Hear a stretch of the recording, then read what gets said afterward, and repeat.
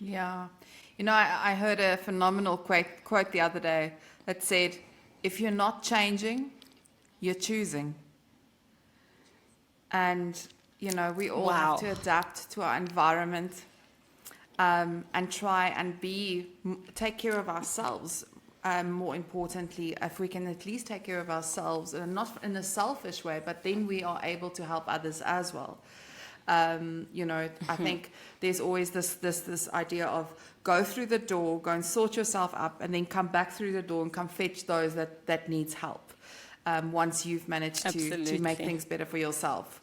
You know, just leaning into that conversation, I just want to have a better understanding also, what is the wins for women and female entrepreneurs in this budget, you know, and also the gender gap. You know, what is your view on everything that's been allocated in the budget?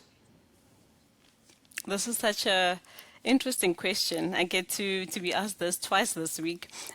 I met a lady who also, wanted to ask actually asked whether our budget is redistributive, right? And when we talk about redistribution, I think in trying to answer that question, we know that gender-based violence is an issue. We know that women are underrepresented. We know that women, there's this huge pay gap in it. And there are some strategies to be used. And in this particular budget, although the redistribution wasn't at a large scale, you did see some prioritization in support for some of the women causes. One of them is in particularly the technology and innovation part. A government has allocated some funds there to help with the digitization, because most of these informal businesses and women-owned businesses require that they can do digital payments and safety around that technology. And I saw that allocation was mainly addressed to women and youth in particular.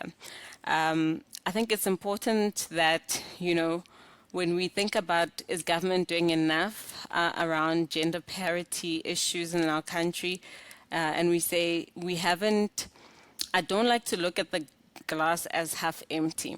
So progress in addressing some of these issues has been made, but perhaps not at the pace that we would celebrate, right? Last year, towards the end of the year, the Department of Labor had issued some guidelines of what sectors needed to look like to advance the transformation in those sectors. And that debate is still there. I think that input was taken from the public as well, so that government can come up with a finalized amendment bill for that, so that we can see this transformation occur. Issues that surround women, like gender-based violence, go beyond just the financial side, right, of supporting their causes and supporting their initiatives. I think it's also a behavior matter to say, as a society, the respect for the female, the respect for the gender, the human being next to you, and knowing that you have no right to violate anyone. And then I think it talks to the kind of, I almost said messed up society that we are, but we are a broken nation.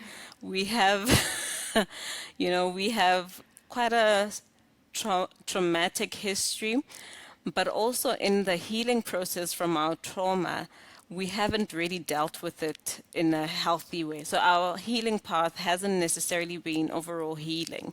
Some of our issues relate to avoidance, and we see it in the disparities in our economies, in our communities, and in the workspaces, and how we're trying to resolve issues exclusively when we should be an inclusive society. So we can speak about a rainbow nation, but there are few South Africans who really are investing in, being the change that they want to see. And I think sometimes we do make a lot more noise about the the negative side of things, but there is progress. It's really minimal sometimes, but when it does happen, I think we should also highlight that we are moving in the right direction. And as much as the pain took so long to happen, I think the joy will also deserves the chance to, to translate.